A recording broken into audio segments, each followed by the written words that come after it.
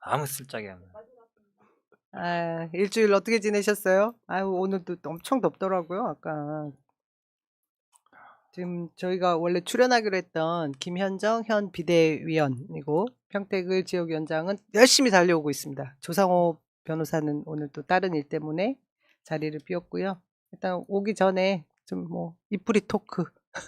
뭐 있더라. 한 주 어떻게 갑자기 보내셨어요? 기억이 안 나네. 한 주에 뭐 뭐 했지? 전 더운 거 정말 싫어하는데요.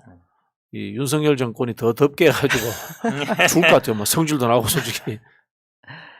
아, 지난주에 내 기억나는 게 변희재랑 방송을 한번 했는데 너무 좋아하시더라 요새. 아, 요즘 변희재 엄청 세던데. 발언 세게. 아니 일단 자기는 혼자 사니까 예. 빵에 들어가도 아, 좋고 안 들어가도 상관없다. 한번 갔다 왔잖아. 갔을 전에 때도 어디서 뭐 보니까 그 빵 생활이 굉장히 본인 체질에 좋았대요. 맞았다고. 오히려 뭐 보석으로 풀어줘도 안 나간다고. 아이, 그러니까 밥도 해주고 빨래도 해주고 얼마 전에 혼자 살아야 되는데 그래서 아 세다. 말을 굉장히 세게 하더라고. 요즘 민주당 지지자들한테 굉장히 업됐더라고 보니까. 그래서 요즘 밥 한번 먹기로 했어요. 그래서 변희재 씨하고 또 우리 그 용민이하고 친하잖아요. 그렇지, 김용민, 그렇죠. 김원마하고 친한데. 탄핵 집회하고 있잖아요. 근데 그 김원마가 또 최근에 그 김건희 씨 무슨 성상납 의혹 이걸 가지고 또 지금 기소됐죠 지금. 그렇죠. 송치됐죠. 송치됐죠. 그거 보면서 걱정이 팍 되더라고. 그 김용민 목사님은 결혼했죠. 결혼했죠. 애도 있고. 그러니까 그러면 좀 걱정이네. 변희재처럼 잃을 게 없어야 막 지르는데 근데 말은 진짜 세게 하더라고. 막 세게 하더라고. 그냥 센 거보다 또 굉장히 논리적이야. 논리적인데 편하게 들리게 하는 재주가 맞아요. 있더라고요. 그리고 근데 또 팩트가 있어. 그렇긴 팩트가 한데 있더라고. 저는 막 그 우리 지지자분들이 또 너무 열광하다가 또 나중에 또 막 실망하는 일이 생길까봐 사실 이게 극과 극은 굉장히 그렇죠. 조심해야 될 부분이 있다는 그렇죠. 생각이 좀 합니다. 그 옛날 우리 유명한 노래 가사에 있습니다. 너무 사랑하지 않게. 아니 그렇죠. 불가분 불가원인데 그래도 어쨌든 지금 민주당 후보 안민석 의원이 그랬잖아요. 민주당 의원 100명 역할하는 것 같다고. 뭐 그건 약간 오바긴 한데 그래도 다 조심스러워 못하는 얘기를 세게 하고 있으니까 탄핵 얘기도 하고 뭐 세게 얘기하고 같이 있어서. 고정 방송이 있어요? 아니 고정은 아니에요. 어쩌다 한번 한 건데 몇 번 한 것 같은데요, 두 번쯤 최근에. 했어요, 두 번. 근데 아무튼 좀 한번 만나보려고 그래서 뭔 생각을 하나 궁금하기도 하고. 예, 지금 김현정 위원장이 오고 있는데요. 저한테 대뜸 김현정 TV 저기 홍보 좀 해달라고 카톡 보내고 있습니다. 얼른 오셔서 직접 하세요.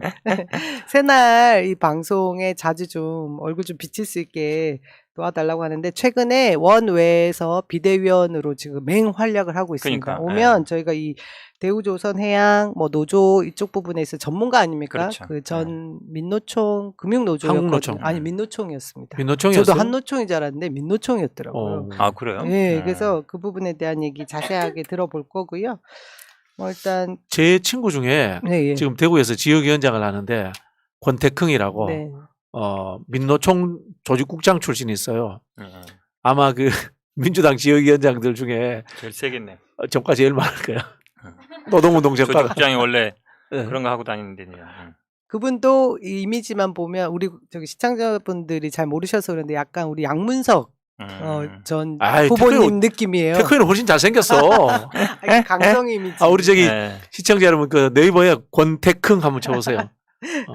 모택자의 흥할 시원해 흥자. 보이는 투사 같은 이미지세요. 예. 학교 다닐 때 저기 그리고 제가 조금 전에 여기 오기 전에 그 국회 정론관에서 윤석열 정부의 경찰국 신설 반대한다라는 성명서를 발표하고 왔는데 뭐 기사는 안 나옵니다. 저희 더 원협 더불어민주당 원외 지역위원장 협의회 회장 김현정 사무총장 제가 어제 이제 밤에 초안을 다 잡아서 원외 지역위원장 협의회에 그 올려서 동의를 받고 발표를 했거든요. 그러니까 지금 발빠르게 움직인다라고 칭찬해 주시는 분들은 제 페이스북에 이제 글을 보시는 분들이고 아닌 분들은 기사가 안 나오니까. 기사 나는 방법 가르쳐 드릴까요? 어떻게 하면 돼요? 경찰청 앞에 가세요. 아 그래요? 소통관에서 하면 이제 국회 이슈가 지금 이제 대정부 질문이나 기자들이 다 글로 가 있기 때문에 그게 관심이 가 있거든. 경찰청 앞에 가서 했거나 퍼포먼스를 하나씩 해요. 해야 돼. 용산 용대실 앞에서 하거나 그랬어야 됐는데 다시 한번 그런 기회를 만들어야겠습니다. 그러면 이제 일단 출발부터 해놓고 기다리죠. 자, 정치 1번가 108회 늘 기호 1번만 할 정당이 있습니다. 2016년부터 시작된 기호 1번은 2030년, 2040년, 2050년에도 계속될 것입니다. 1번 민주당의 정권 교체를 위한 연구 공부 방송, 1번 민주당의 정권 교체를 위한 서동요 방송 정치 1번과 108회 시작하도록 하겠습니다. 우리 108회나 됐네요. 네, 본인 소개 좀 해주세요. 예, 안녕하세요. 민주당 3대 전략가 박진영입니다. 지금 뭐 JYP입니다. 예. 교수님으로 네. 예. 안녕하세요. 갈데 없는 남자 hen근택입니다. 왜 갈 데가 없어지셨어요? 갈대 같은 남자 아니야 혹시? 갈 데 같은 남자가 갈데 같은 맞겠는데요. 남자? 아, 흔들린다. 아. 저는 인천 동구 미추홀 지역위원장 남영입니다. 저희 소개하는 중에 우리 비대위원장이 오셨네. 드디어 예. 오네요. 머리를 막 휘날리면서 들어오고 있는데요. 옛날에 그 대구에서 국회의원 민주당을 하셨던 홍일학 의원이라는 분이 계셔요. 그분이 이제 비대위원을 하셨거든요. 그때 내가 농담으로 그렇게 이야기했지. 아 형님 비대하셔서 비대위원 되는데 그렇게 막 화를 내시더라고요. 아, 그러고 보니까 김현정 위원장이 선거 때보다 좀 비대해지시긴 한 것 같아요. 얼굴이 좋아지셨어요. 비대한 게 이 정도예요? 그럼 뭐 평소에 안 짝짝짝 비대하면 환영합니다. 제일 지금 이 네 분 중에는 제일 직위가 높으신. 그죠? 예. 아니 거의 당내 그러니까 서열 뭐 10위 아닌데 최고위원이시잖아요. 예. 지금 비상대책위원회라서 그렇지. 본인 소개 좀 해주십시오. 예, 약간 잊었습니다. 더불어민주당 비상대책위원 맡고 있는 더원협 회장, 평택을 지역위원장 김현정입니다. 와, 여러분 아우, 저 직책이 많네. 지금 당내에서 예. 가장 핫한 분이세요. 그 그치. 이따가 저희가 벤치 예쁜데요. 뭐예요? 뭐예요? 우리 평택에 있는 신복사라는 절에서 주지님이 주신 거예요. 한 개 더 얻어서 저 주시면 안 될까요? 이따 신복사의 드릴게요. 개구리가 심볼인가 봐요. 그죠? 그러니까 그 두꺼비의 개구리인가? 그 스님이, 청개구리인가? 그러니까 뭐 이렇게 무슨 어려운 일 닥쳤을 때 이렇게 뭐 이렇게 기륭하복 이런 거 있을 때 좀 복이 들어오라는 그런 의미 있는 배지인가 봐요. 좋은 것 같습니다. 아무튼 뭐 평택에서 얼마나 열심히 지역 활동을 하는지 여러분들이 한번 이제 자세히 들여다보고 싶으시면 이 김현정 페이스북을 통해서 아실 수 있고 김현정 TV를 통해서 보실 수 평택 있습니다. 김현정 TV입니다. 아, 평택을 쳐야 돼. CBS 김현정 아니에요? 김현정만 치면 CBS로 갑니다. 아, 그러네. 그 그런 또 어려움이 있네. 유럽의 이제 선진국 정당들은 의원이라든가 이런 걸로 이제 서열을 매기잖아요. 당직으로서 당의 서열을 정하거든요. 예. 그럼 이제 예비 캐비넷도 하고 뭐 이렇게 해서 예를 들면 총리 후보가 1위, 그 다음에 제가 알기로 이제 재무부 장관 후보가 2위, 3위가 이제 외교부 장관 후보 이렇게 섀도우 캐비넷을 만들어서 하는데 그거는 의원이 아니라도 관계 없어요. 그래서 국회의원은 어떻게 생각하냐면은 당에서 파견대 이런 식으로 취급을 해요. 제가 이 말씀 드리는 것은 그만큼 우리 김현정 비대위원이 높으신 분이다. 이 말씀을 제가 설명드리는 겁니다. 우리 박진영 전 대변인한테 그런 얘기 칭찬 들으니까 두 배로 기쁘네. 웬간하면 칭찬 안 하시잖아요. 잘 아시는군요. 비대위에는 올라갑니다. 아, 예, 그러니까. 여기까지 이야기하고 저희 본격적으로 이슈 다뤄보도록 하겠습니다. 지금 대우조선해양 파업이 극적으로 협상에 대한 그 일정 부분 잠정 타결된 거죠. 저는 이제 공권력이 투입되고 뭐 굉장히 심각한 상황까지 갈 줄 알았는데 하청 노조 부분하고 원청 간의 그 타결은 있었습니다. 근데 이제부터 시작이라는 얘기가 많아서 이 노사 타결에 대해서 뭐 환영할 것은 아니다. 우려의 목소리가 더 크더라고요. 이 부분에 있어서 전문가가 김현정 우리 지금 전문가요? 위원장 아니세요? 노조 출신이라고 저희가 오시기 전에 다 밝혔습니다. 예. 그러니까 다들 뭐 언론 통해서 보셨겠지만 한 50일여일 파업하면서 이제 타결이 되었는데 내용을 들여다보면 이게 잘된 파업인지 그냥 그 하청 노조가 힘이 없어서 굴복한 것인지 지금 의아해하시는 분 국민들이 많이 계실 거예요. 왜냐면 내용이 그 조선업이 업계 호황이다가 이제 경기가 안 좋아져가지고 조선업 경기가 안 좋아서 30% 임금이 삭감된 거를 다시 호황이 돼서 원복을 시켜달라는 요구를 30% 원복을 요구했던 건데 원래 그 원청에서 얘기했던 4.5%에 그냥 합의한 거거든요. 그리고 추가적으로 한 140만 원인가를 일시금으로 그냥 그 명절 때 주는 그 정도가 그 정도가 이제 붙어 있는 건데 50일 파업하고 그 부지부장 그 0.3평짜리 그 철제 감옥에 스스로 이 정도의 극한 투쟁, 목숨을 걸고 극한 투쟁을 한 결과치고는 정말 사람들이 좀 의아해하죠. 근데 이제 문제는 뭐냐면 그 이후에 그 합의서에 잉크도 마르기 전에 바로 체포영장 또 9명에 대해서 청구했잖아요. 그 경찰에서. 물론 이제 법원에서 기각은 됐지만 그 기각된 사유도 그 바로 타결이 되었고 뭐 건강상의 문제 이런 사유로 기각을 한 것이라서 추후에 다시 또 영장을 청구할 가능성이 대단히 높은 거거든요. 근데 문제는 이 정부의 태도인 거죠. 정부의 태도인데 윤석열 정부가 계속 엄정한 법 집행을 강조하면서 노동경제 장관들만 보통은 이런 쟁의 행위들이 발생하면 기자회견을 하는데 이번에는 그 치안을 담당하는 행안부 장관하고 한동훈 법무부 장관까지 5개 부처의 장관들이 합동으로 기자회견을 해서 법과 원칙을 강조하면서 이렇게 또 강한 그 기자회견을 했잖아요. 그 이후에 또 윤석열 대통령이 국민과 저기는 기다릴 만큼 기다렸다. 그러면서 공권력을 투입하겠다는 암시를 한 이런 그 이후에 또 노동부 장관이 현장에 가서 그 이제 0.4평 그 안에 갇혀 있는 노동자랑 이렇게 대화하는 그런 것들을 연출하고 또 같은 시간대에 행안부 장관은 헬기 타고 가서 이 진압할 수 있는 전체적인 그림들을 보고 가는 이렇게 공포 분위기를 조성하는 그런 과정 속에서 이게 타결이 되었단 말이죠. 근데 문제의 본질은 정부 할 역할이 이런 공권력 투입을 통해서 그걸 진압하는 게 아니라 우리 세계 1위의 수주를 하고 있는 조선업계의 경쟁력과도 관련되어 있는 하청업체 노동자들의 그 저임금 구조를 어떻게 해결할 것인가가 사실 문제의 본질이거든요. 그것이 단순히 그냥 임금 인상의 문제가 아니거든요. 그러니까 그 세계적인 조선업의 경쟁력을 갖추기 위해서는 거기 노동자들이 일하려고 글로 와야 되는데 다 떠나고 있다는 거 아닙니까? 저임금 때문에 20년 된 그 노동자들의 임금이 최저임금밖에 안 된다고 하니까 그런 상황들을 그 정리해주고 조정해주는 게 정부의 역할인데 그것보다는 오히려 이참에 그 주로 지금도 비즈니스 프렌들리 정책을 쓰고 있잖아요. 노동자들의 그런 그 정당한 쟁의 행위들을 공권력 투입을 통해서 이렇게 억누르려고 하는 메시지를 강하게 던지려고 하는데 더 방점을 두고 있는 것 같아서 대단히 아쉽죠. 예. 그러니까 제가 봐도 굉장히 안 좋은 선례를 남긴 것 같아요. 그러니까 윤석열 정부가 들어와서 뭐 이렇게 법과 원칙을 내세우면서 어찌 보면 뭐 수사하고 뭐 손해배상 청구는 어느 정도 이제 예상이 됐는데 이번에 가장 안 좋은 모습이 제가 보기에는 이제 원청 대우조선에서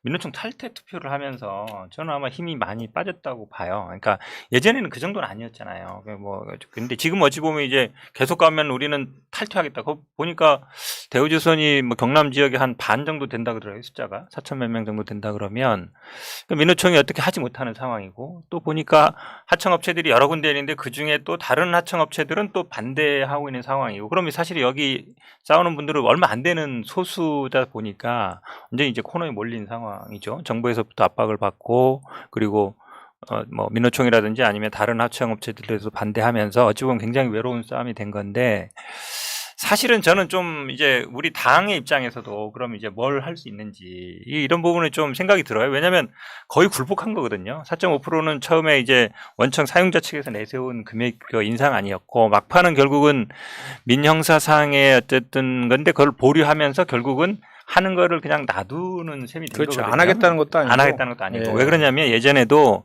우리가 택배라든지 이런 화물연대 이런 데도 보면 하청업체 사용자와 노동자 간에는 안 하기로 합의를 해도 원청에서 하는 경우가 많았거든요. 민사나 형사로 들어오는 경우.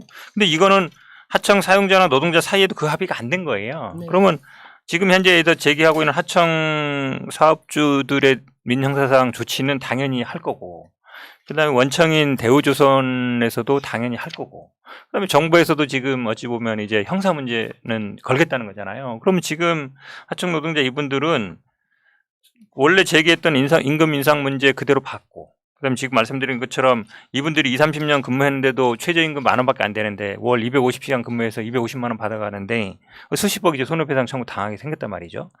뭐 위로금이라 해봐야 명절 때 뭐 몇십만 원 안 되는 거고. 굉장히 제가 보기에는 이 하청 노동자들 입장에서는 최악의 상황 아닌가 개인적으로. 근데 우리 당은 또 뭐 했느냐는 사실 그 얘기도 조금 생각이 들어요. 전혀 별로 한 게 없다. 싶다라는 생각이 좀 들거든요. 지금 예. 가장 쟁점이 되고 문제가 있는 것이 손해배상이 남았다라는 부분 아닙니까? 아까 말씀하신 대로 이 노동자들이 다 떠나야 될 이 부분을 제도적으로 뭔가 장치를 마련하지 않으면 구제할 수 없는 부분이 지금 그 법의 미비점이잖아요. 그게 제가 볼 때는 노란봉투법을 제정하자. 이전부터 얘기가 나왔는데 있었죠. 왜 네. 못했느냐. 전 이게 굉장히 아쉽더라고요. 이번에 더불어민주당에서 노란봉투법 다시 네. 개정안 추진하기로 이렇게 했고, 그다음에 이제 조선업 구조개혁 특위 만들자라고 이제 여당에 제안한 상태인데 아직 뭐 답변도 없고 할 것 같지도 않고 막 그렇습니다. 근데 이제 좀 더 덧붙이면은 우리가 이제 지난 그 문재인 정부 때 노동계에서 문재인 정부가 이제 처음에는 이제 그 친노동 정책을 그 오랜 이제 수건인 그런 것들을 많이 이제 해결해 주다가 나중에 최저임금 문제부터 해가지고 노동계에서 반노동 정부다라는 비판을 많이 받았었거든요. 그럴 때 제가 이제 우리 노조하는 후배들한테 했던 얘기가 뭐냐면, 반노동 정책 정부라는 표현은 대단히 이제 부적절하다는 얘기를 했는데, 왜냐하면 원래 노사라는 것이 노동조합이 그 정당한 자기의 근로조건 개선 관련된 걸 요구를 하면 그 노동상권이 헌법상 보장되어 있잖아요. 그러면 그 사측에서 그거에 대해서 수용할 수 있는 범위 내에서 수용하고, 그 노조 입장에서는 본인들이 요구하는 수준이 안 되면 정당하게 쟁의까지 할 수 있는 게 헌법상 보장되어 있는 거잖아요. 그런데 항상 문제는 뭐냐면, 그런 정당한 쟁의행위를 하는, 파업을 포함한 쟁의행위를 할 때 있어서 정부가 공권력이 개입해서 기업의 편을 들어주는 경우가 많았거든요. 그것이 이제 이명박, 박근혜 정부 때 그랬어요. 그러면 항상 어떻게 되냐면 업무방해죄라든지 손해배상 청구라든지 그렇죠. 가압류 이런 거에 대한 인용률이 대단히 높아요.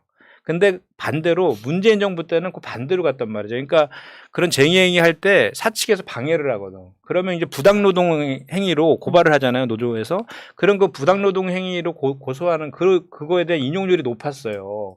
문재인 정부 때는. 그게 무슨 얘기냐면, 그나마 친노동 정책을 펴줬다라고 볼 수 있는 부분이 그거라는 얘기죠. 예, 무슨 얘기냐면 헌법상의 노사는 노사 자율주의가 적용이 되는데, 그 노사 자율주의 원칙을 공정하게 관리해 주는 게 정부의 역할인데 문재인 정부에서는 적어도 그건 지켜줬단 말이죠. 그래서 이런 경우에도 제가 봤을 때 문재인 정부였으면 손배소나 업무방해죄 고소고발보다는 본질적인 문제 해결을 위해서, 그래서 항상 그때 경총이라든지 그 보수 그 당시 야당이죠, 국민의힘한테 노동계 입장만 대변한다는 식의 비판을 받기도 했잖아요. 근데 그때가 제가 봤을 땐 가장 그래도 그 노사 간의 균형을 맞추는 그런, 적어도 법과 제도에 있어서는 그렇게 한 것인데, 이 정부는 지금 대놓고 그냥 비즈니스 그렇죠. 프렌들리에서 기업 네. 편을 딱 들고 공권력 투입하겠다는 걸 암시를 해버리니까. 노동쟁의 자체를 불법으로 규정해버렸잖아요. 이번에 깜짝 놀란 게 한번 장관들을 보니까 노사 분규란 말을 쓰더라고요. 노사 분규 한 몇 년 만에 들어보는 얘기인데 분규를 뭐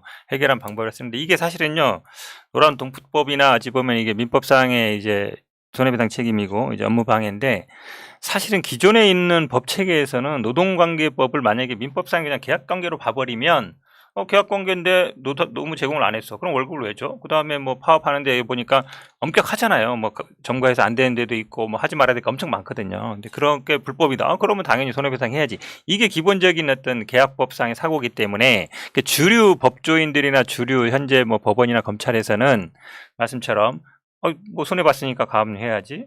그다음에 손해 물어줘야 되지. 업무방해, 예를 들어 점거 안 할 때 점거하거나 아니면 절차를 안 지켰으면 당연히 업무방해 되지. 이 생각이 굉장히 강하거든요. 그러니까 이거는 사실은 우리가 다수당이어도 기존의 이 법의 주류적인 생각을 바꾸는, 그러니까 법원이나 검찰에 이걸 바꾸는 게 만만치는 않아요, 사실상.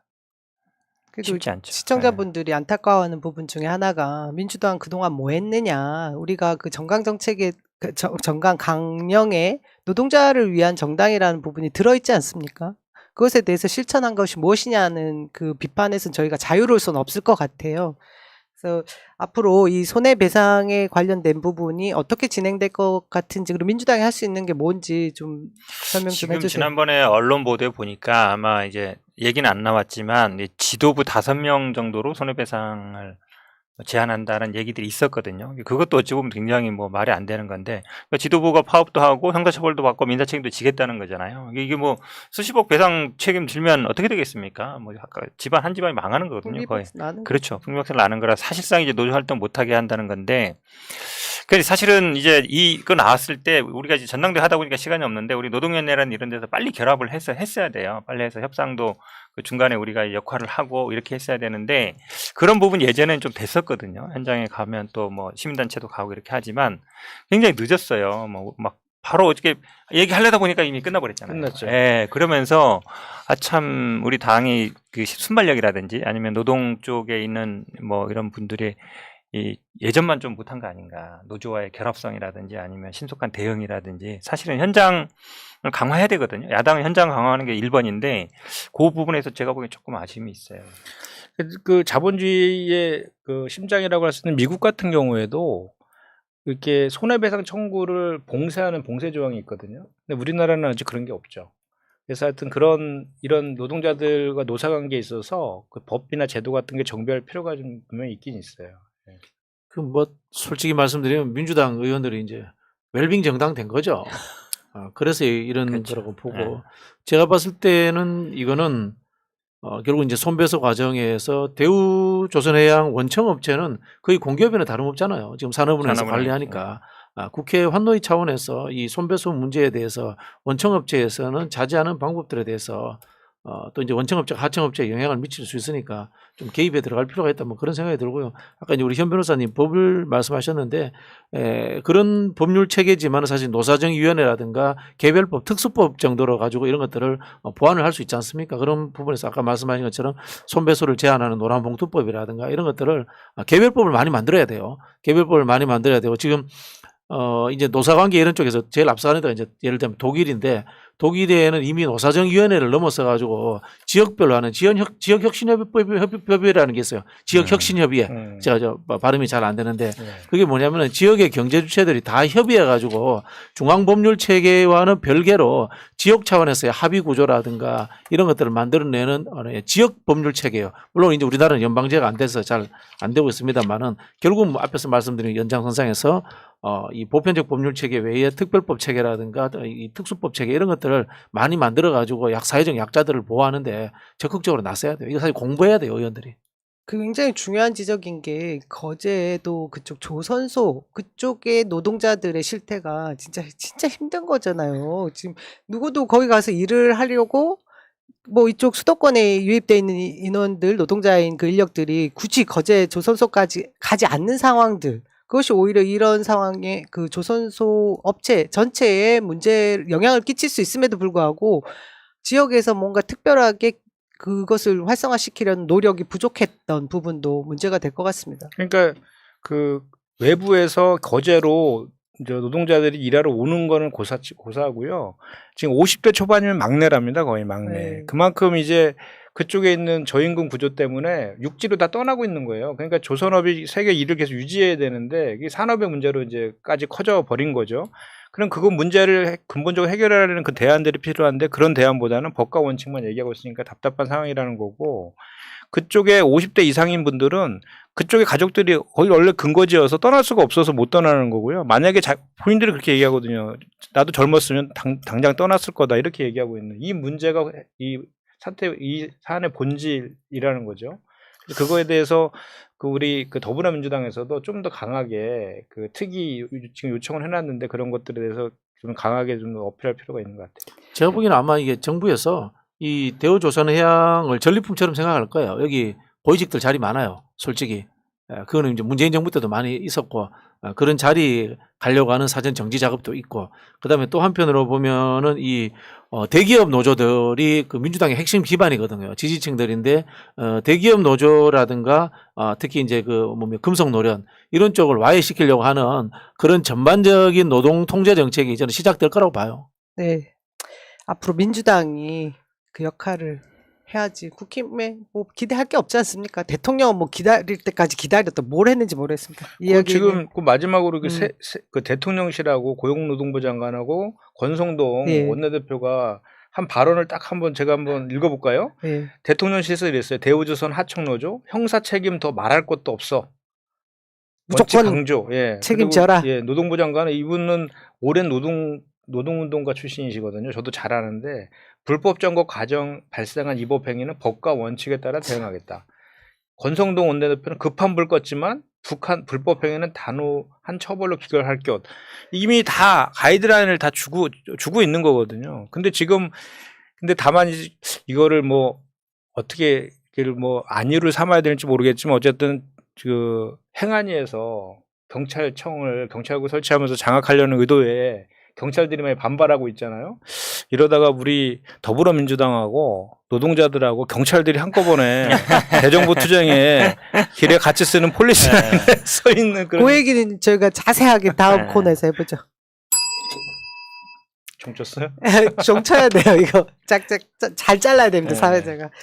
자, 그러면 조금 전에 말씀하신 것처럼 지금 경찰국 설치 때문에 아주 또 연일 시끄럽습니다. 제가 조금 전에 우리 비대위원이신 김현정 위원장 오기 전에 원외 지역위원장 협의회에서 오늘 성명서를 발표했다. 저희는 윤석열 정부의 경찰국 신설은 위헌적이고 불법적인 행위이기 때문에 규탄하면서 반대한다. 이런 강한 메시지를 냈는데 언론에서 한 군데도 안 실어졌어요. 사진 나오네, 사진.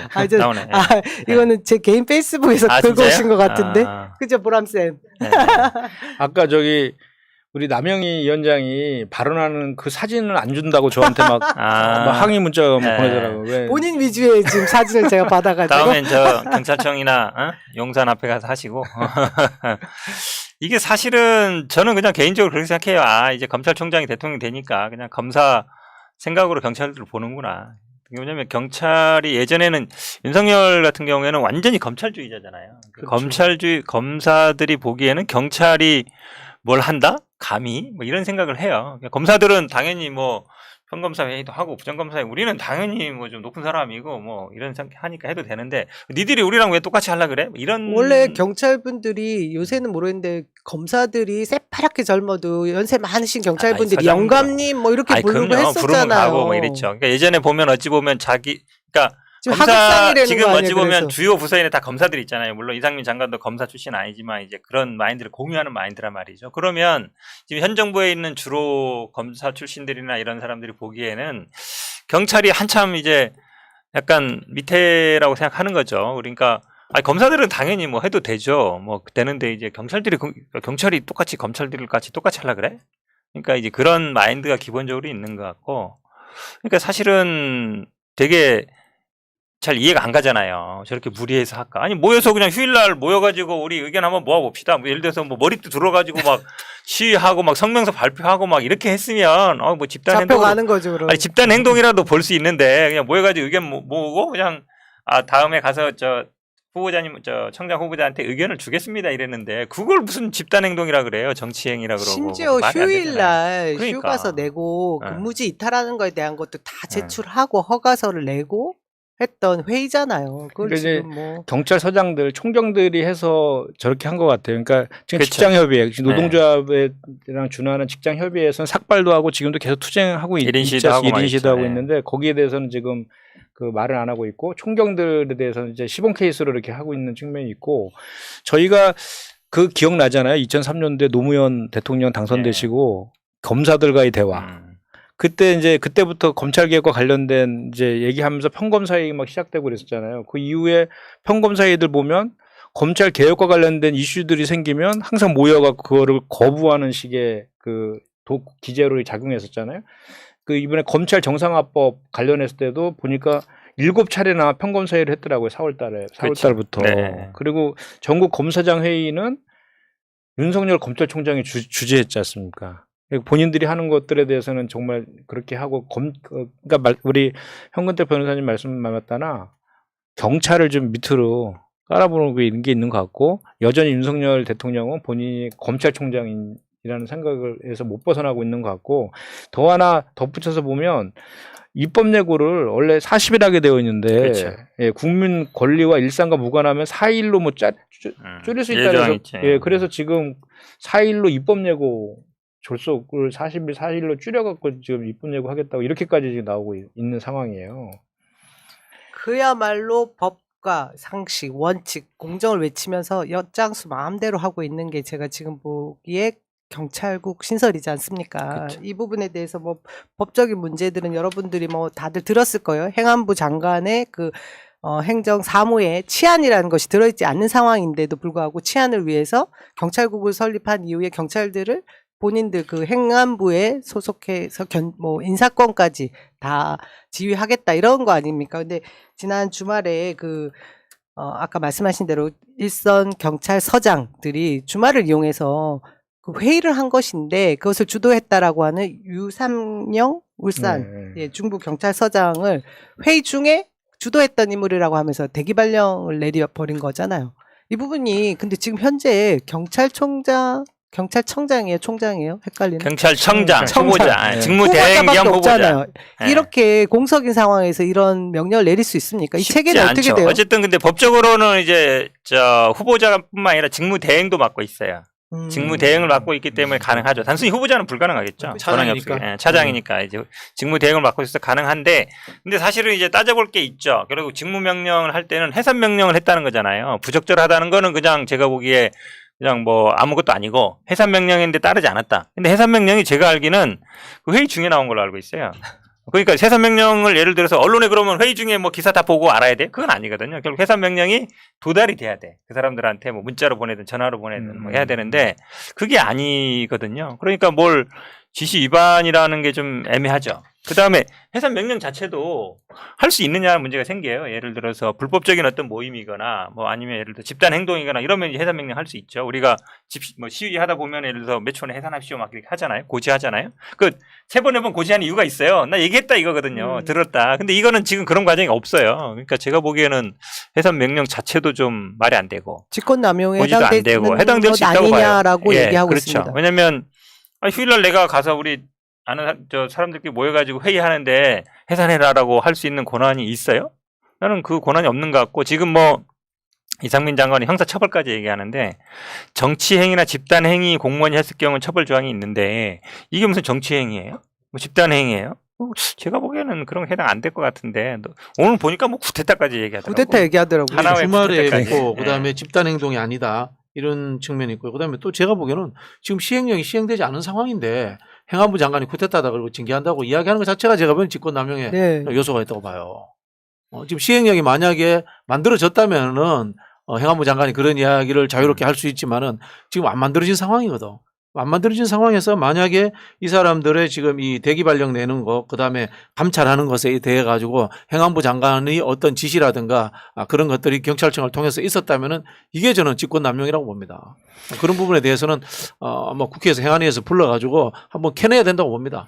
지금 그래서 오늘 비상대책위원회에서 그 전에 윤석열 정권 경찰장악 저지 대책단이었거든요. 그거를 그 당 공식 기구로 해서 윤석열 정권 경찰장악 대책위원회급으로 격상해가지고 오늘 이제 띄웠고요. 그 위원장도 지금 좀 그 급이 높은 분으로 해서 이제 내일이나 모레 정도 발표할 그런 예정에 있는데 윤석열 대통령이 오늘 오전에 도어 스태핑에서 행안부 장관하고 경찰청장 내정자가 잘 해결할 겁니다. 이렇게 또 얘기하니까 바로 이상민 행안부 장관이 12.12 하나의 쿠데타의 같은 사건이다 또 이렇게 얘기하고 그러니까 그리고 저 대통령 비서실장 한 번도 보이지도 않았던 비서실장이 또 나와서 이거 관련해서 강하게 또 비판하고 그러니까 결국은 아무리 그게 아닐 거다라고 생각하고 싶어도 결국 윤석열 대통령의 의중이 다 그대로 고스란히 반영되고 있다. 대우조선해양 사태도 그렇고 그게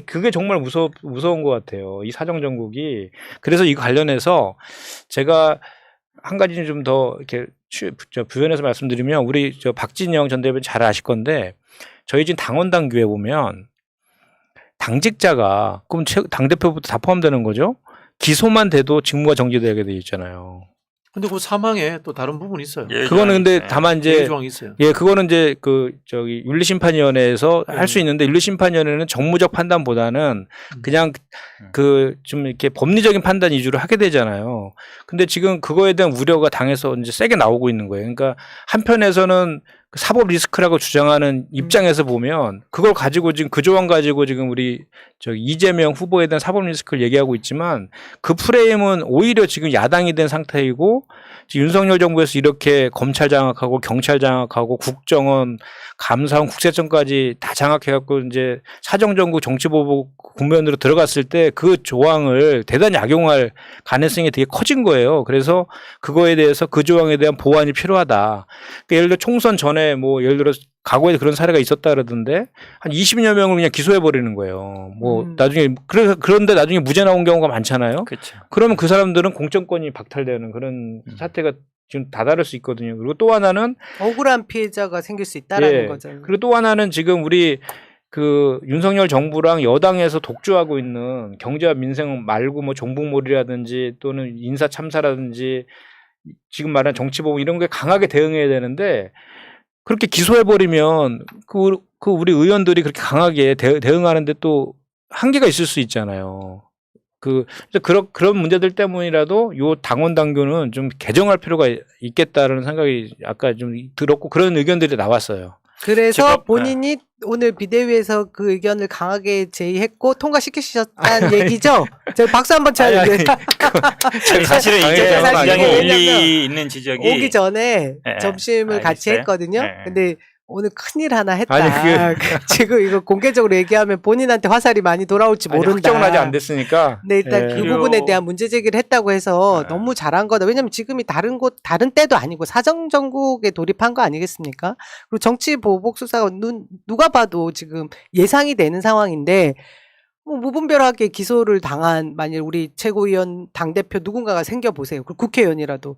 무조건 그 직무를 정지해야 된다라는 게 우리 당 내에만 있는 거죠. 당원 당규상. 그렇죠. 그러니까 당원 당규에는 이제 그걸 없애자. 사무총장이 각급 당직자에 대해서 기소되면 정지하게 돼 있는데 그러면 이제 각급 당직자에 뭐 당대표나 최고위원이 들어가느냐 이제 안 들어갈 수는 있는데 이제 그런데 이제 예를 들어서 각급 당직자라 그러면 웬만한 당직 맡고는 다 들어갈 수 있잖아요. 들어갈 수 있기 때문에 이 문제가 될 수 있고 사실상 지금 이제 대선 때 것도 다 아직 안 끝났어요. 공직선거법도 다 안 끝났는데. 여기 저기 고소고발 당하신 제가 한 4-5개 되는데 한 2개는 이제 불송치 받았고요. 근데 이게 보니까 이제 시민단체 이렇다 한 거는 빨리 결정을 하는데 당에서 한 거는 아직 이제 서로 좀 눈치 보고 있더라고. 그래서 이제 뭐 조사는 거의 다 받았어요. 아니, 근데 이런 여당 처음 보는 게 보통 대선 끝나고 나면 여당에서 먼저 접촉이 와요.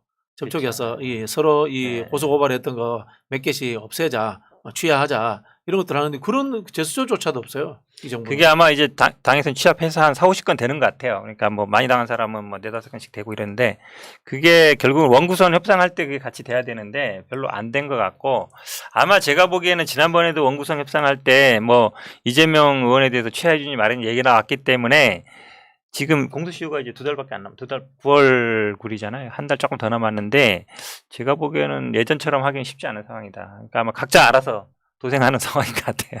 그리고 이거는 당에서 대규모 이 법률인단을 구성을 해서 대응을 해줘야 되는 거고요. 방금 말씀하신 것처럼 이제 당원 당규 문제는 정당의 당원 당규는 그냥 규칙이고 우리들의 합의에 의한 규약이라고 생각하시면 됩니다. 잘못해서 가지고 이게 뭐 헌법적이다 뭐 이렇게 생각하시면 안 돼요. 그래서 정치적 합의라든가 구성원들의 동의에 의해서 정치적 활동을 위해서 바꿀 수 있어야 됩니다. 그런 측면에서 저는 우리 위원장님 말씀하신 것처럼 유연하게 야당으로서의 현재 상황에 맞도록 빨리 바꾸는 것도 좋은 방법이다. 그런 생각이 드네요. 한다 이러지 말고 할 수 있다 이러면 돼요. 참 잘하셨어요. 네. 우리 지금은 시청자분들한테 정지한다로 돼 있기 때문에 정지할 수 있다. 이 정도로 하면 될거예요. 재량을 여지를 두면 되죠. 그렇죠. 하여튼 그 보완하는 그 방향으로 지금 이제 준비가 지금 진행 중에 있고요. 조만간 확정되면 말씀드리도록 하겠습니다. 이게 좀 우리 아까 대우조선 해양 그 하청업체 노조에 정규직 노조가 민주노조 탈퇴 투표하다가 이제 부결될 것 같으니까 중단시켜 버렸는데 비슷한 거예요. 사실 그 노노 갈등 부추기는 게 그 원청과 하청의 노조끼리 이렇게 갈등 부추기는 게 사측의 전략이기도 한데 그렇죠. 정부의 전략이기도 하거든요. 그렇죠. 그러니까 좀 전에 이것도 우리 좀 전에 그 당원 당규 문제도 당으로 같은 식으로 끌고 들어와서 해석해 보면 우리 당 안에도 세력 간에 또 이렇게 그 견제와 갈등 그렇죠. 관계가 있잖아요. 그게 또 악용될 수 있거든요. 같이. 그래서 이제 보통 그런 법규는 이렇게 해야 되지 않을까요? 제가 보면 뭐 성범죄라든가 파렴치 범죄라든가 몇 개 이제 그 국민들이 지탄을 받을 만한 범죄 한정지어서 하는 것이 맞지 정치적 사안이라든가 이런 것들은 저는 별개의 문제라고 봅니다. 국민의힘은 그렇게 돼 있어요. 국민의힘 그렇게 돼 있어요. 성범죄라든지 아니면 뭐 권리남 직권남용이라든지 부정부패라든지 그렇게 딱 정해져 있어요. 그렇죠. 그렇게 정해져 있어야 되는데 일반적으로 기소를 해버리면은 이런 검찰 정권이 들어와 버리면은 야당 숙대받다라는 소리죠. 저희가 몰랐던 부분이었더라고요. 그 크게 생각하지 않은 부분을 아무튼 김현정 비대위원이 원외에서 들어가서 지금 열심히 활약하고 있다. 그 얘기를 좀 하시고 싶었던 거죠. 아니 저는 얘기 안 했는데 먼저. 아니 그거 꼭 해주세요. 저도 잘하면 해야 됩니다. 근데 우리 저기 해야 됩니다. 우리 그 남영희 그 위원장은 이제 선관위 들어가 있잖아요. 네. 근데 이번에 선관위에서 룰 관련해서 다 정리를 다 여보세요? 했는데 예. 선관위에서 또 갑자기 약간 당대표는 12번 토론회를 12번 한다고 8월 6일부터 28일 22일 동안에 12번의 토론회를 하고 지역은 안 가요? 지역 순회도 해야 돼요. 지역 달면서. 수혜를 포함해서 12번 당대표 지금 최고위원 토론회를 늘려야 되는 거 아니에요? 최고위원은 한 번이래 한 번. 한번 네, 말해. 네, 그거를 지금 선관위 있는 남영희 위원장이 거기서 논의를 하고 있다 그래서 또 이것도 비대위로 넘어오면 또 어떡하나 걱정이 막. 저희가 이제 그 당 대표 후보군은 너무 토론회 횟수가 많다. 그래서 좀 줄이고 최고위원 그 후보자들 토론 너무 작다 해서 좀 늘리고 하는 방안들에 대해서 내일 선관위에서 다시 토론할 거고요. 네. 이번 주제와 좀 다른 얘기로 샜습니다. 그래서 정리를 해보죠. 이 경찰 문제는 예. 저는 그렇게 생각해요.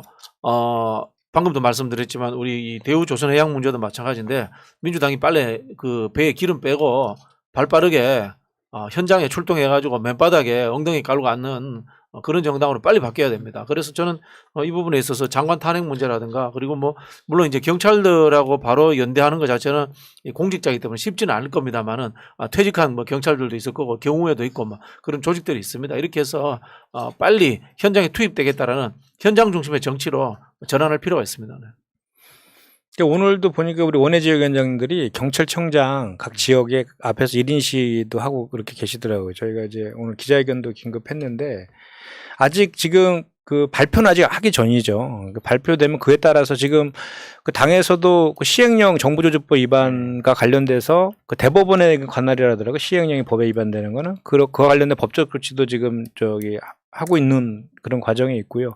그러니까 법적 조치뿐만 아니라 또 국민 정서가 워낙 안 좋지 않습니까? 이거 관련해서 그런 것들도 잘 우리가 정치권이니까 잘 활용할 필요가 있겠다는 생각이 들더라고요. 비대위에서 그거 한번 얘기해 보세요. 저도 사실은 하고 싶었는데 각 경찰서 앞에다가 지역위원회에서 플랜카드 하나씩 다는 거예요. 네. 민주당 뭐 응원합니다. 이렇게 딱 돌면 얼마나 경찰들이 힘이 되겠어요. 그래서 아마 비대위에서 홍보 쪽에서 한번 그렇지. 플래카드 좀 거세요. 플래카드 제발 좀 걸어야 민주당 플래카드 돼. 뒀다고. 저희가 그 얘기 하려고 했는데. 지금 더원협에서 먼저 그 제안이 어제 밤에도 나왔습니다. 그러니까. 당장 걸자라는 얘기가 경찰서 있고 앞마다 걸어야죠. 지금 오늘도 대구 경찰청 앞에서 피켓 시위를 하신 우리 대구 수성갑 강민구 위원장님, 여러분 강민구 위원장님 검색 한번 해보세요.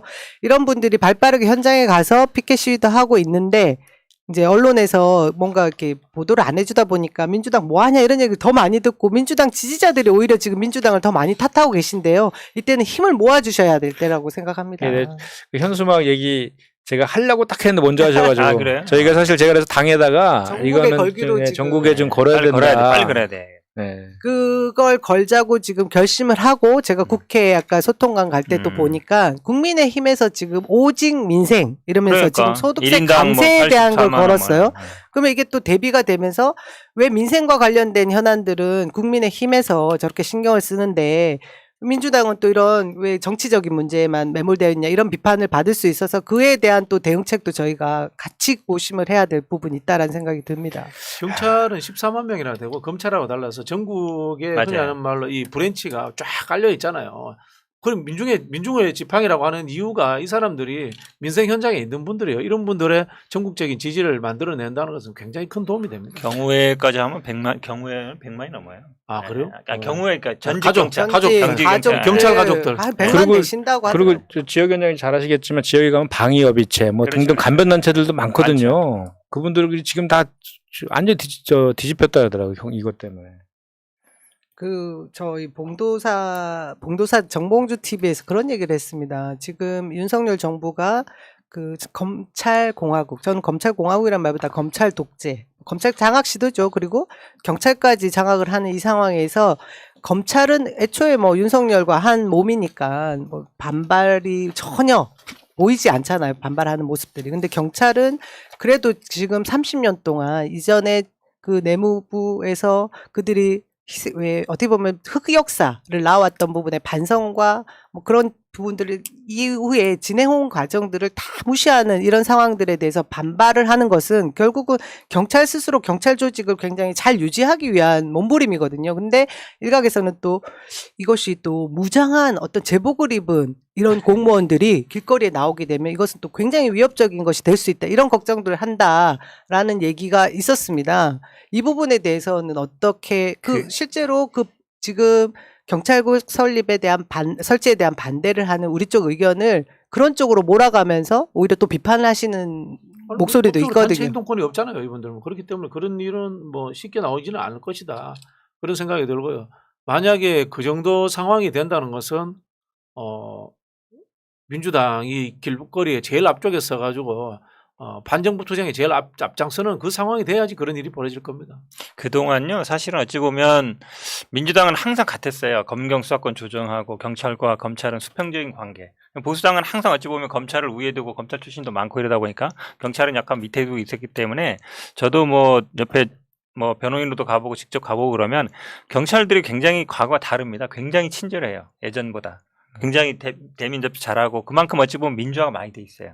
근데 검찰은 아직도 보면 불친절해요. 검찰 개장 그 수사관만 해도 불친절하거든요. 근데 지금 경찰은 경찰서장도 친절해요. 주민들한테. 왜냐하면 그게 어느 정도 이렇게 익혀져 있어요. 몸에. 선진화된 거죠. 선진화돼 사실은. 있어요. 그러니까 민주화돼 있다는 얘기예요. 네. 저는 이런 움직임이 나오는 것도 예전 같으면 상상 못 하잖아요. 그러니까 어찌 보면 내무부에서 떨어져 나가고 경찰위원회에서 자체적으로 이렇게 하면서 경찰들의 마인드가 굉장히 생각을 해보세요. 군인, 경찰 원래 보수적인 사람들이에요. 원래 그 정부에 맞서거나 이런 분들 아니거든요. 근데 본인들 보기에도 한 3년 동안 쭉 어찌 보면 이렇게 자율적으로 이렇게 통제해왔던 부분들이 무너지는 거기 때문에 그 정도의 합리성 갖고 있고 일각에서 얘기하는 것처럼 이분들이 갑자기 뭐 무기를 들고 이런 일은 절대로 없다. 그 정도 우리나라 경찰이 아주 잘못되어 있거나 그러지 않습니다. 실제로 보면 굉장히 합리적이에요. 실제 하는 게. 김윤구 선생님, 제가 그렇다는 뜻이 아니고요. 그런 얘기들이 나오니 그 비판에 대해서 어떻게 설명하면 좋겠냐 이 말씀을 질문을 드린 겁니다. 아, 요새 말 한마디 한마디가 굉장히 걱정스럽고 조심스럽습니다. 일단 경찰국 신설에 대해서는 민주당은 모든 노력을 다해서 막겠다라는 게 지금 민주당의 입장이고, 이후에 이 지금 모든 경찰 그 조직에 관계돼 있는 경찰관과 그리고 뭐 그 가족들은 사실상 지금 국민의 문민 통제를 받겠다라는 입장은 분명하지 않습니까? 근데 이 행안부에서 관리를 하겠다라는 그 몇몇 위 지도부들은 지금 눈치를 보고 있는 것 같이 보인다. 그 중에 지금 아까 말씀드린 대로 경찰총장 후보군이시죠. 지금 직무대행을 맡고 있는 윤희근. 이분이 자신의 그 소신을 경찰 측 입장이 아닌 부분을 보이고 있는 것 같은 거에 대해서 지금 불만들이 많은데, 오늘 아까 그 징계를 받았다고는 유삼영 그 서장은 또 그렇지 않다라는 또 발언도 있었어요. 아니 저 대통령 비서실장 있죠. 그 사람이 기자간담회에서 이거는 그 대통령은 대통령의 뜻이 아니고 행안이랑 뭐 경찰청이랑 이쪽에서 알아서 이렇게 하고 있는 거다라고 이야기했는데, 나 그 얘기도 깜짝 놀란 게 대통령령 지금 바꾸는 거 아니에요? 그렇죠. 대통령령을 바꾸는데 대통령도 모르게 바꿉니까? 그러니까 이것도 진짜 아이러니죠. 예, 이렇게 하고 저는 그래서 이제 우리 더불어민주당에서도 당연히 이제 국민들의 공분도 많이 이제 높아지고 있는 상황이잖아요. 이렇게 그 경찰 권력을 하려고 하는 그런 시도에 대해서. 그래서 지금 국가경찰위원회가 지금 있는 거죠. 이렇게 그 경찰들을 실질적으로 이렇게 민주적으로 통제할 수 있는 그런 것들에 대한 권한을 좀 더 강화시키는 대안들도 제시하고, 국회도 거기에 무슨 역할을 할 수 있으면 같이 할 수 있게끔 하는 방식으로 하고, 지금 그 경찰 장악하고 있는 시행령을 통한 그 법 위반 사항이라든지 또는 그렇게 회의 한번 했다고 대기 발령 내는 이런 것들, 징계 이런 것들에 대해서는 아주 좀 강하게 대처를 좀 해야 될 필요가 있는 것 같아요. 그래서 그런 거 하려고 지금 경찰장악 대책위원회 오늘 긴급하게 만들었으니까 같이 좀 한번 필요하다고 하면 뭐 그런 거 많이 하잖아요. 그 경찰 그 가서 앞에 가서 이렇게 대통령실 또 앞에 가서 한번 그 의원들이 좀 저런 것도 보여주고 의지도 보여주고 지금 또 대정부 질의 지금 하고 있잖아요. 오늘부터. 그런 관련해서도 좀 정확하게 팩트들을 정리해가지고 지난번 법사위처럼 실수하지 말고 국민들 그 프레임을 잘 좀 짜서 이번에 좋은 그 기화로 좀 삼았으면 좋겠다는 생각이 들어요. 국민들이 고생입니다. 예, 여기까지 하겠습니다. 이제 전당대회 얘기를 좀 해볼까요? 아이고, 다들 너무 궁금해하세요. 이제 컷오프 이번 주 목요일입니다. 우리는 표 없는 사람들이니까 28일 날 중앙위원 네. 컷오프가 이제 28일 날 목요일 1시인가요? 우리 국회 대회의 28일 1시부터. 예, 1시부터 진행되는데 기자들도 굉장히 궁금해하고 예측이 잘 안 돼요. 네. 누가 당대표 특히나 세 분은 누가 컷오프를 통과하실지. 그러니까 뭐 이재명 후보야 당연히 되실 거라는 거 다 이제 예측을 하는 것 같고 나머지 두 장은 누가 차지할 것인가. 그리고 최고위원도 그 8분이 이제 컷오프 통과하게 될 텐데 원내가 지금 10분이더라고요. 10명. 그죠? 원내 10명. 네. 그다음에 총 18명 후보 중에 17 후보 중에 7명은 원외. 어떻게 보십니까? 그 우리 표 없는 사람들만 표 있는 사람들이 정확히 알겠죠. 최고위원들 중에 원외가 좀 들어갔으면 좋겠어요. 그렇지. 원외 누구 있지? 내가 뭐 기억나는 사람 이경밖에 없는데. 이경 뭐 박경훈, 권지웅, 박영훈, 김지수. 청년들이 많이 있죠. 예. 또 누구 있어요? 하도 많아가지고. 그리고 저 인천시의원 출신 조광희 그리고 보좌관 출신 누구시더라? 하여튼 갑자기 이름 생각 안 나네. 그분도 있고. 원외도 사실은 원외든 초선이든 좀 검증되고 국민들 얼굴에 좀 익숙한 사람이 좀 하는 게 좋아요. 그리고 행정적 절차라든가 이런 것들도 좀 훈련된 사람이 하는 게 좋겠다라는 생각이 좀 드네요. 중요한 거는 이번 최고위원 컷오프에서 그 원외분들은 제가 보기에 본인조차도 중앙위원 투표권이 없는 분들이 많이 계세요. 그래서 한 표도 못 받고 탈락할 수도 있다라는 게 걱정스럽습니다. 설마. 아니 이게 보니까 당대표 후보가 8명이잖아요. 최고위원 후보 17명. 네. 25명이에요. 그래서 그 28일 날 국회에서 대회실에서 하는데 연설 시간이 7분 5분인가 그래요. 당대표 7분. 그래서 연설 시간만 254분인가 이렇게 맞아요. 3시간 가까이를 그 25명의 연설을 계속 들어야 돼. 웅변대 듣듯이. 그게 누가 듣고 있겠어요? 그러니까 그 5분 안에 자기를 알려야 되는 최고위원들 그래도 당대표 후보들이 많이 알려졌잖아요. 근데 그 17명의 그중에 특히 원외라든지 이런 사람들은 피할할 수 있는 방법이 지금 없죠. 오늘 그 비대위에서 보니까 중앙위원 투표권 있는 사람이 383명으로 확정됐더라고요. 374명이었는데 지금 늘었더라고요. 한 9명 정도가. 그 중앙위원들이 원래는 한 600명 가까이 됐는데 이번에 지방선거에서 다 낙선하는 바람에 많이 이제 줄어들었는데 저희 기분 특이한 건 보니까 다 선출직들만 원래 중앙위원들은 여기 예비경선에 투표권 있는 말고 중앙위원들 더 많거든요. 뭐 예를 각종 전국위원회 추천한 사람 몇 명 등등 있거든요. 그 회장님이 잘못 알고 있는 거예요. 네. 원래 중앙위원회로 안 돼 있어요. 선거인단이라고 돼 있어요. 요 지금 383명. 선거인단이고 중앙위원 말씀하신 것처럼 뭐 여성위원회, 장애인위원회 여기는 원래 선거인단에 안 들어 있어요. 그러니까 원래 중앙위원 70% 하는 거는 사실은 틀린 말이에요. 선거인단 70%가 맞아요. 그러니까 그 383명. 그렇죠. 근데 거기에 제가 이제 특이한 게 제가 그 얘기를 하려고 한 건데 우리 당의 상임 고모님하고 고모님들이 31분이 여기 들어가 계시더라고요. 예비인단에. 당대표 하신 분들이니까. 그렇죠. 그렇고 이게 보면은 후보들 중에 다음 총선 생각해서 얼굴 알리러 나온 사람이 너무 많아요, 솔직히. 이런 경우에 참 어떻게 해야 될지 참 답답하다는 생각이. 얼굴을 알려지지가 않으니까 뭐 걱정 안 하셔도 될 것 같은데. 이게 저희도 모르니까. 최고의 그 다수 많이 나온 후보자들이라고 하더라고요. 최고위원 후보가 이렇게 많이 나온 적이 없고. 나오네. 예. 박영훈은 대학생위원장이고 권지웅은 비대위원이고 이경 대변인 했고 장경. 그냥 저는 안상경이 이 누구야? 안상경이란 분이 네. 이력이 권리당원. 아, 저는 일반 이런 권리당원. 분도 입후보한 네. 것이 사실 민주당이 이건 참 많이 나쁘지 않아요. 변하고 좋아요. 좋은 것 좋아요. 같아요. 좋아요. 그리고 이현주는 이현주는 보좌관 출신이시고 박찬대 알고 고영이 박찬대, 조광희는 저 시의원 출신이세요. 인천에. 인천 시의원 예, 출신. 예. 그리고 이수진 이수진 알고, 의원, 서영교 서영교 알고, 의원, 고민정, 고민정 의원, 정청래, 정청래, 김지수 그 저기 청년 다이너마이트였나요? 아니 그린 한반도 미래포럼 대표로 돼 있네. 네네네. 뭐예요? 그 청년 하여튼 뭐 청년? 청년 쪽에서 본인이 이제 나온 거고 송갑석 의원 그리고 윤영찬 의원, 양희원영 의원 이렇게 총 17분이시군데 저희가 아까 말씀드린 대로 383명의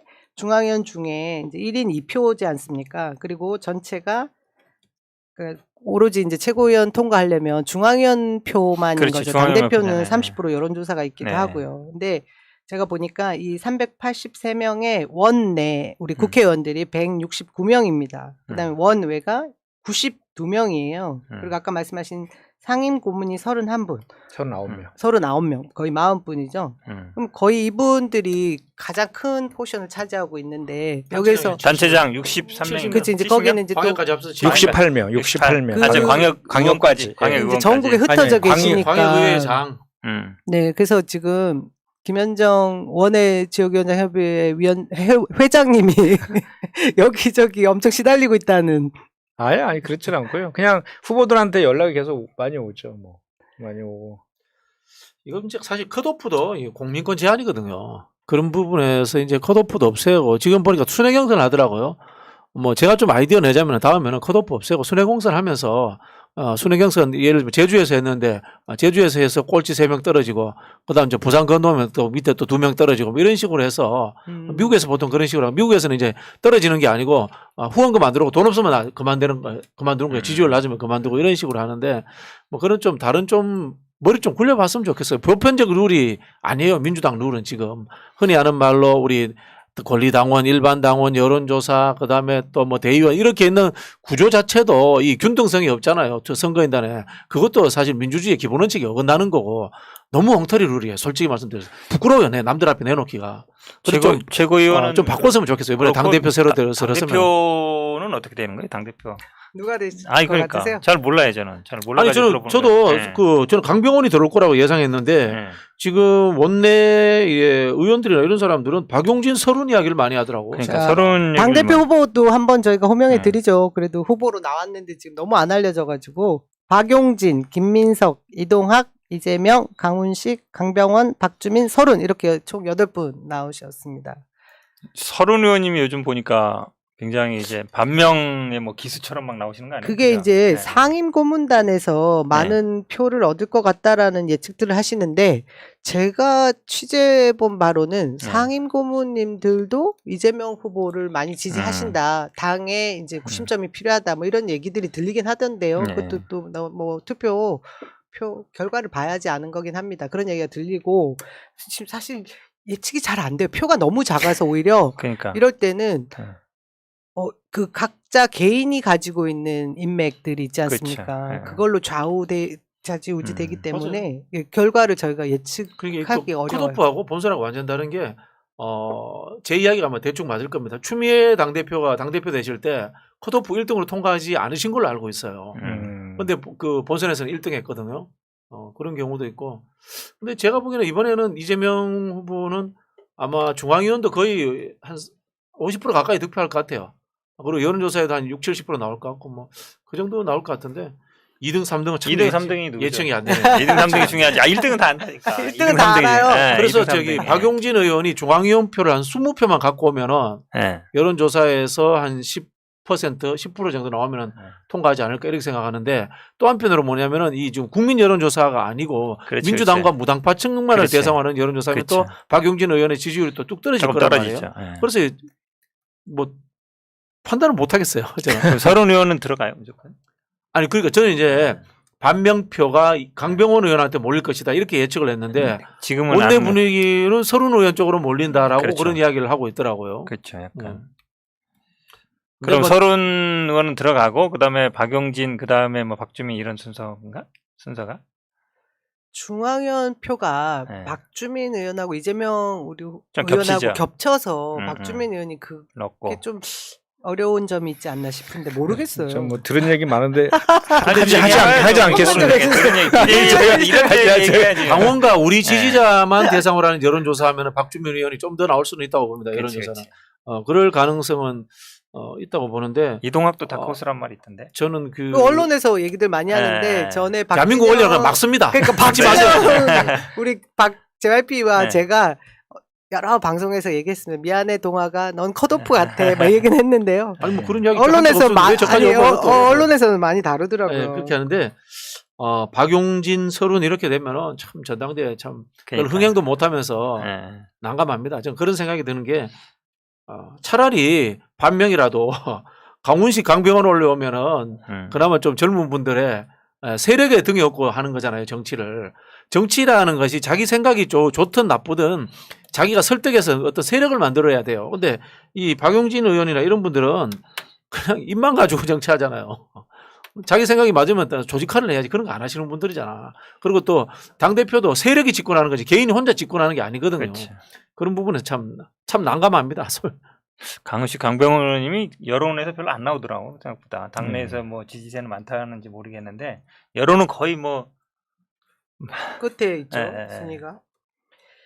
예, 뭐 이 정도 다들 예상을 못 아니 이거 좀 하겠다. 알면 좀 얘기. 저도 들은 아니. 얘기니까 뭐 회장님이 해서 비슷합니다. 당대표 후보는 어쨌든 뭐 저희가 무슨 얘기를 해도 세 분이 들어가십니다. 예, 그 중에 두 카드. 아니 당을 운영할 만한 사람이 당 대표에 나와야지. 그건 근데- 뭐 정해진 거 아니에요 지금? 그러니까요. 참. 근데 지금 8월 28일 전당대회가 코로나 상에 너무 세져가지고 저기 비대위원 계시니까 예. 체육관 대회 이런 거 하지 마세요. 그거 안 해도 돼요. 뭐 그런 걸 자꾸 이벤트 컨벤션 그러는데 이미 그거 이야기 났을 걸. 취소하면 되지 뭐. 이미 오늘 이제 그거 이제 돈도 온라인까지 확대하는 그거를 저기 대안을 만들으라고 이렇게 했어요. 왜냐하면 30만 명 된대요. 그 예상이 8월 말이면 그렇죠. 코로나가. 그렇지. 그걸 그리고 할 수가 없어요. 근데 그러면 대의원도 온라인으로 해버리면 대의원도 정말 온라인으로 대의원제 하면 왜 되지. 하냐는 얘기 나올 텐데. 그럼 그 참에 바꾸면 되죠, 뭐 다. 뭐 어떻게 바꿔? 1인 1표로 다. 지난번에도 대의원은 갑자기 다 바꿔. 가서 하는 걸로 해다가 이제 대의원도 온라인으로 하세요 이래버리면 그럼 대의원제 들을 우리 대통령 후보 경선할 때 이번에는 뭐 온라인으로 다 했습니다만 과거에 대의원들은 현장에 와서 그렇지 투표하게 그렇지 했거든요. 그렇지. 그럼 무슨 짓이야 그게 귀찮게 하고 사람들. 잘하세요 저. 이상한 말도 안 되는 관습 이벤트 이런 거 자꾸 정신없이 하고 있는데 그 우리가 이제 정치에서 그런 이야기 하거든요. 이벤트 좋아하다 망해요. 정당성이라고 하는 것은 될 만한 사람이 후보가 되는 게 중요한 거지. 이벤트 효과라든가 컨벤션 효과라는 것은 부수적인 거예요. 근데 기본 정치 공부가 안 돼 있으니까 맨날 컨벤션 효과가 어떻고 이벤트 효과가 어떻고 이따위 소리 하고 있는 거야 진짜. 선관위에서 좀 각성하세요. 아니 한편 지금 그 JYP 박진영 교수 의견이 있는가 하면 한편에서는 이번에 전당대회를 지난번에 못했잖아요 저희가 그 체육관에서 계속 어쨌든 못해. 이렇게 왜 축제의 장으로 보여주는 그런 이벤트성의 그런 전당대회를 못했기 때문에 이번에는 이재명 당대표를 어차피 다들 염두에 두고 있는데 축제의 장으로 압도적인 힘으로 추대하는 느낌, 그러니까 모두가 선출하는 느낌을 보여주기 위해서라도 아니, 사실 주먹처럼 체육관이든 풍문을 해요, 어디든 그러면. 멋지게 하면 좋겠다는 의견도 있습니다. 근데 그런 건 있더라고요. 저희가 코로나 때문에 같이 모여서 하는 걸 하나도 못 하다가 왜 대선 전에 출정식을 10월 달인가 네, 그때 한번 체육관에서 체육관에서 했거든요. 모여서 그때도 네. 사실 많이 모이지 못했어요. 그치. 500명 이내로 해서 했는데 그냥 머리가 쭈뼛쭈뼛 쓰는 건 있더라고요. 이걸 반드시 이겨야 되겠다는 결기, 그 모인 사람들의 현장에서 결기는 느껴지는 좀 그런 거 확실히 의미가 있긴 있어요. 있더라고요. 네. 그러니까 뭐 이벤트를 떠나서 그 안에서 우리 같은 당으로서 승리해야 되겠다. 이런 그 효과는 분명히 있긴 눈물이 있는데. 핑 도는 거 좀 있었죠. 예. 막 어린 시절 나오고 막 영상 나오고. 대의원 대회가 하는 과정에서 행정적인 문제 있지 않습니까? 소모되는 에너지 그러니까. 엄청난 것들이 뒷배경에 깔려 있습니다. 불편함들도 엄청나게 그걸 이제 우리가 모른 척 할 뿐인데 예, 그런 시대가 지났다는 것을 좀 인식 좀 했으면 좋겠어요. 제발 좀. 이벤트 좋아하다가 당이 모양 됐는데 뭐 자꾸 이벤트야. 비대위 잘하세요. 이벤트를 선관위였고 선관위 이벤트가 아니라 서로 막 싸워? 이벤트로 비대위원장 그 이상한 사람 데리고 와서 이런 상황 만들어 놓고는 어떤 사람 말하는 누가요? 거지? 누가 데리고 전 왔어요? 비대위원장. 전이죠? 누가 데리고 왔어요? 누가 데려왔어요? 누가 데려? 누가 데렸어? 누가 데리고 왔어요? 서로 총질하지 뭐 말고. 축제장에 대한 얘기는 의견이 좀 분분한 것 같긴 합니다. 그러면 저희가 끝으로 이재명 우리 의원이 광주를 다녀오셨나 봐요? 예, 광주. 그리고 봉화마을도 다녀오셨고요. 아니 같이 안 갔어요? 아 아니구나. 왜 중립을 그러세요? 지켜야 되니까 못 가. 성관이에요. 아, 중립. 안 가셨어요? 갔구나. 예, 봉화마을에서 반칙과 특권 없는 사람 사는 세상을 만들겠다. 이기는 민주당을 노무현 꼭 대통령이 만들겠다. 하셨던 예, 말씀이네. 노 대통령이 늘 쓰시던 말씀이고 저도 늘 정치하는 명분으로 삼는 예, 정치적 좌표이기도 합니다. 성향으로 보면은 우리 이재명 의원도 이제 친노에 가깝죠. 정치 시작하게 된 계기라든가 이게 사람들이 저 그 쓴 글 보고 예. 저게 명자냐 저기 이자하고 명자를 얘기를 많이 하더라고. 이게 이자 그리는 거랑 이응이랑. 광주 정신이 여바다 예. 강하고 유능한 민주당, 이기는 민주당으로 만들겠습니다. 전 저 이기는 민주당이 너무 좋네요. 저 글이. 예, 저 글귀대로 해주실 걸로 믿고 많은 분들이 지지해주지 않을까 싶습니다.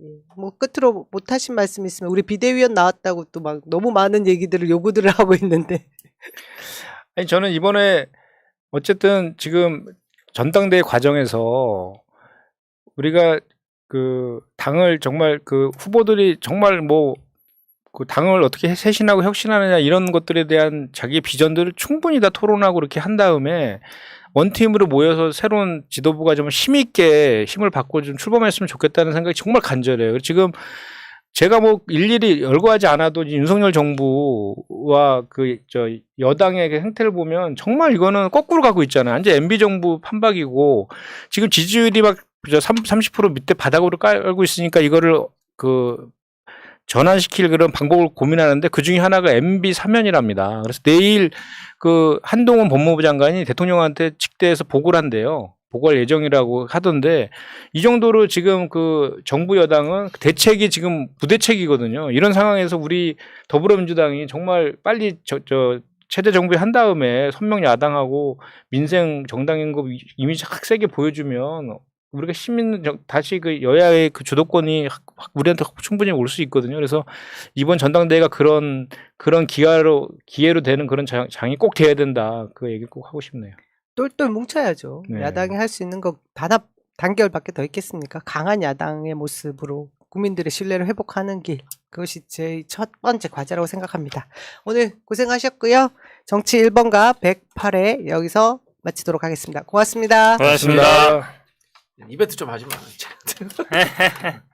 나도 싫어. 그거 해야 또 먹고 사는 사람들도 있고 그래. 민주주의 평화 통일 다 죽어간다 이대로는 놔둘 수 없다 자 다시 한번 해보는 거야 자 다시 한번 싸우는 거야 자 손 맞잡고 어깨를 걸고 우리 함께 이기는 거야 자 다시 한번 해보는 거야 자 다시 한번 싸우는 거야 자 손 맞잡고 어깨를 걸고 우리 함께 이기는 거야